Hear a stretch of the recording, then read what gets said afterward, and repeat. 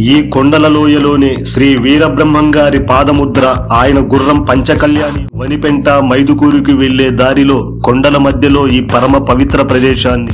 ఒకరోజు ఈ మార్గం గుండా వీరబ్రహ్మంగారు పంచకళ్యాణి గుర్రం మీద వస్తున్నప్పుడు అది ఒక్కసారిగా వారి పాదముద్ర, ఆయన గుర్రం పంచకళ్యాణి యొక్క కాలి గిట్టెల ముద్ర. ఇక్కడికి వచ్చేవారు స్వామివారి పాదముద్రను దర్శించడం ద్వారా ఈ కొండ ప్రాంతం దిగువ నుండే స్వామివారు తన పంచకళ్యాణి గుర్రంపై మైదుకూరు ఇతర ప్రాంతాలకు వచ్చి వెళ్లేవారని, అక్కడ ఒకవేళ ఇవి నిజంగా స్వామివారి పాదముద్రలేనని భక్తులు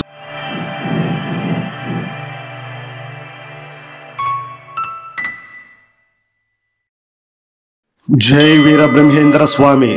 శ్రీ వీరబ్రహ్మంగారు కాలజ్ఞానం వ్రాసిన మహాజ్ఞాని.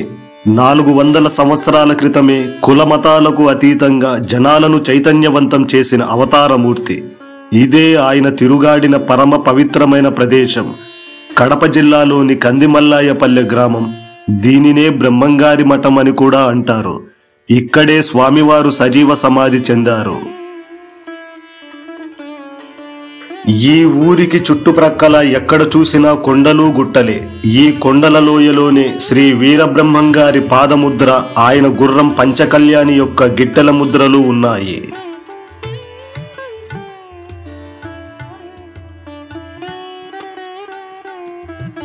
ఈ విషయం అతి కొద్ది మందికే తప్ప పెద్దగా ఎవరికీ తెలియదు.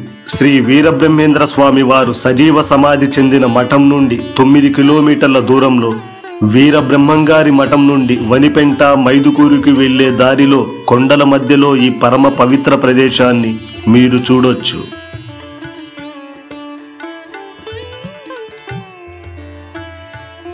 శ్రీ మధ్విరాట్ పోతులూరి వీరబ్రహ్మేంద్ర స్వామి వారి పాదముద్ర, ఆయన గుర్రం పంచకళ్యాణి యొక్క కాలి గిట్టెల ముద్రలు ఈ కొండల మధ్యలో నేటికీ ఉన్నాయి.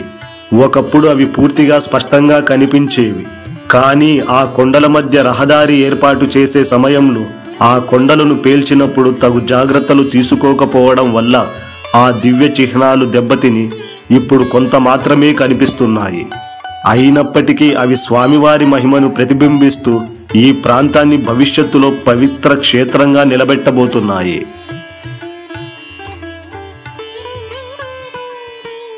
స్థానికులు దీనిని గుర్రం అడుగు అని పిలుస్తారు.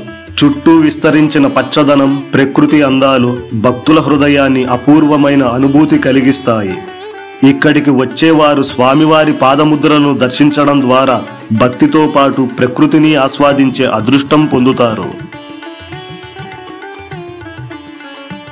అక్కడ ఉన్నవారు ఈ స్వామివారి పాదముద్ర గురించి ఇలా చెబుతారు.